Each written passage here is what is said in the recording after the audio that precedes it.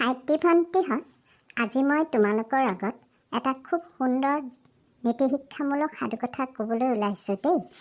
আশা কৰোঁ তোমালোক আটাইয়ে সাধুকথাটো শুনি বৰ ভাল পাবা। এতিয়া বাৰু মই আৰম্ভ কৰিছোঁ দেই। সাধুকথাটোৰ নাম হ'ল দয়ালু ময়ূৰ। এসময়ত এখন গাঁৱত ভগৱন্ত নামৰ এজন লোকে বাস কৰিছিল। কি আছিল মানুহজনৰ নাম? ভগৱন্ত। ভগৱন্তৰ লগত পৰিয়ালত কোন কোন আছিল? বৃদ্ধা মাক, পত্নী আৰু 4টা সন্তানসহ তেওঁৰ এটা ডাঙৰ পৰিয়াল আছিল। জীৱিকা নিৰ্বাহৰ বাবে ভগৱন্তই কি কৰিছিল জানা? কাঠৰ খেলনা সাজি বজাৰত বিক্ৰী কৰিছিল। তেওঁৰ ওচৰৰ গাঁওখনত এটি ময়ূৰে বাস কৰিছিল। তেওঁ সৰুকালৰ পৰাই ময়ূৰটো দেখি আহিছিল। সেয়ে তেওঁ ময়ূৰটোৰ লগত তেওঁৰ বৰ বন্ধুত্ব হৈ পৰিছিল।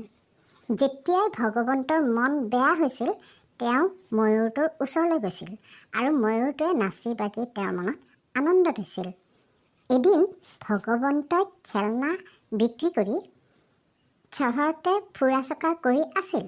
হঠাতেতো তেওঁ দেখিলে এখন দোকানৰ ভিতৰত ময়ূৰৰ পাখিৰে তৈয়াৰী এক মনোমোহা সামগ্ৰী আছে।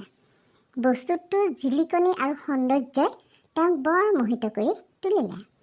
তেওঁ সেই খেলনা সামগ্ৰীটো কিনি আনি পত্নীক উপহাৰ হিচাপে দিম বুলি ভাবিলে। গতিকে তেওঁ দোকানখনত সোমাল আৰু দোকানীজনৰ লগত দৰদাম কৰিলে। সামগ্ৰীবিধ বেছ দামী আছিল কিন্তু দেই।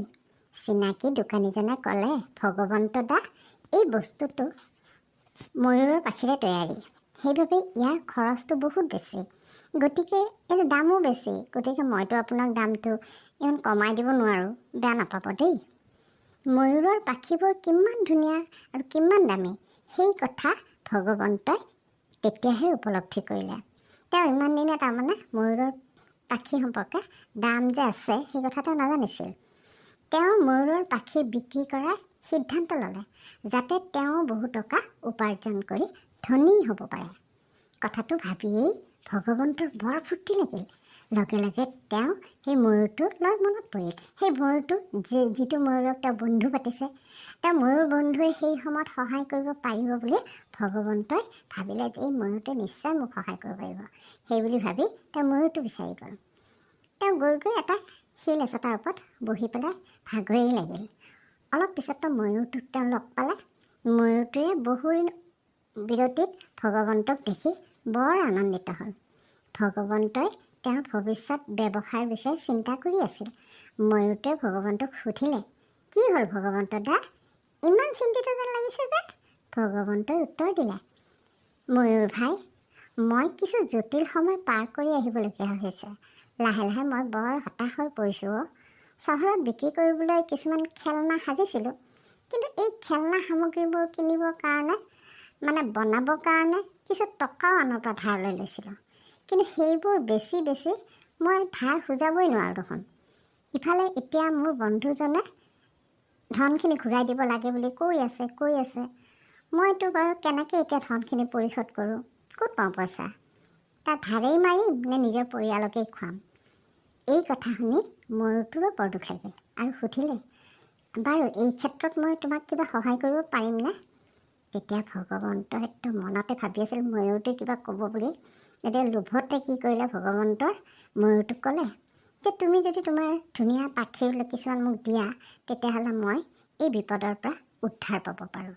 যিহেতু ময়ূৰৰ পাখিও বৰ দামী আৰু বৰ ধুনীয়া, গতিকে ভগৱন্তই সেইবোৰ বজাৰত বিক্ৰী কৰি বহু টকা পাব।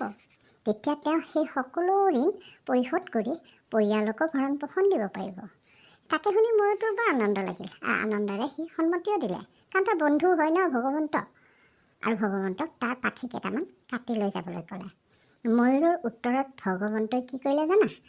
যথেষ্ট সন্তুষ্ট হ'ল আৰু ময়ূৰটোৰ পাখি কেইটামান কাটি ঘৰলৈ লৈ গ'ল। পিছদিনা তেওঁ বজাৰলৈ গৈ সেই ময়ূৰৰ পাখিবোৰ বহুত দামত বিক্ৰী কৰিলে।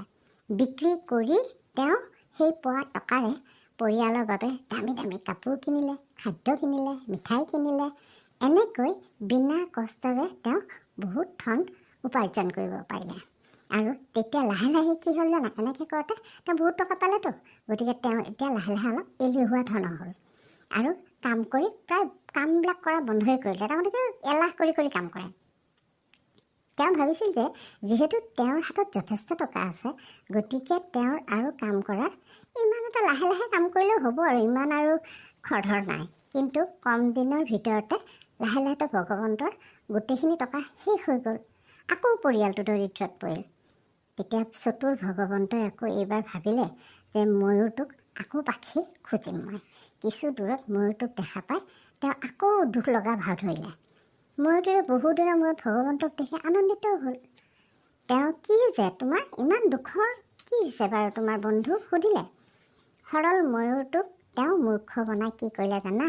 ভগৱন্তই ভাবিলে এই সুযোগতে মই কি কৰোঁ তাৰ পাখি খোজোঁ গতিকে তেওঁ ক'লে, ময়ূৰ ভাই, যোৱা সপ্তাহত যেতিয়া মই খেলনাবিলাক বিক্ৰী কৰিছিলোঁ, চহৰৰ পৰা উভতি আহিছিলোঁ নহয়, তেতিয়াতো এটা ডকাইতৰ দলে মোক আক্ৰমণ কৰি মোৰ সকলো টকাই লুটি লৈ গ'ল। ফলত মই আৰু পৰিয়ালটো আকৌ দুখীয়া হৈ পৰিলোঁ জানানে। আমাৰ খাবলৈও নাই, একো ল'বলৈও নাই, একো নোহোৱা হৈছে একদম ঘৰখনত।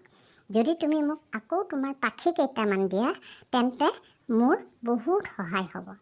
তাকে সেইখিনি শুনি ভগৱন্তৰ দুখৰ কথা শুনি পেলাই কি হ'ল, সৰল ময়ূৰটোৱে আকৌ ক'লে, ঠিক আছে বাৰু, তুমি মোৰ আৰু পাখি কেইটামান কাটি লৈ যোৱা। এইবাৰ কিন্তু লোভী ভগৱন্তই কি কৰিলে জানা? পাখিবিলাক কাটিবতো ধৰিলেই, তাৰপিছত পটককৈ তাৰ মনত এটা বেয়া বুদ্ধি খেলিল। ভাবিলে প্ৰত্যেকবাৰ পাখি কাটি বিক্ৰী কৰি ধনী হ'বলৈ মোৰ বহুত সময় লাগিব। তাতকৈ যদি এই ময়ূৰটোকে মাৰি পেলাই সকলো পাখি লৈ যাওঁ, তেতিয়াহ'লেতো মই আৰু একদম বিৰাট ধনী হ'ব পাৰিম, একেবাৰে ধনী হ'ম। ভগৱন্তই তেতিয়া কি কৰিলে, বেয়া কাম এটা কৰিলে। নিৰ্দয়ভাৱে তাৰ পুৰণি বন্ধু ময়ূৰটোক হত্যা কৰি পেলালে। হত্যা কৰি মানে মাৰি পেলালে আৰু লৰালৰিকৈ তাৰ পাখিবোৰ কাটি বিক্ৰী কৰিবলৈ বজাৰলৈ গুচি গ'ল। মিছা কথা কৈ আৰু বন্ধুক বিশ্বাসঘাতকতা কৰি তেওঁ কম দিনৰ ভিতৰতে কিন্তু ধনী হৈ পৰিল। কিছুদিনৰ পাছত এদিন ভগৱন্ত অৰণ্যৰ মাজেৰে পাৰ হৈ গৈ থাকোঁতে সঁচা সঁচিকৈতো এডাল ডকাইতে তেওঁৰ আক্ৰমণ কৰি সকলো ধন সম্পত্তি লুটি লৈ গ'ল। ভগৱন্তই নিজৰ প্ৰকৃত বন্ধুক ইমান প্ৰতাৰণা কৰিছিল আৰু ইমান মিছা মাতিছিল, যাৰ কাৰণে সেই যেন শাস্তিৰ ফল ভগৱন্তই হাতে হাতে পালে। বুজিলা? কাহিনীটো এইখিনিয়ে, কিন্তু এটা নীতি শিক্ষা আছে। নীতি শিক্ষাটো কি জানা? নিজৰ লাভৰ বাবে লোভ আৰু প্ৰতাৰণা কৰিলে শেষত তাৰ শাস্তি ভোগ কৰিবলগীয়া হয়। বুজিলা? কেনেকুৱা পালা সাধুটো? তোমালোকে মোক জনাবাচোন দেই।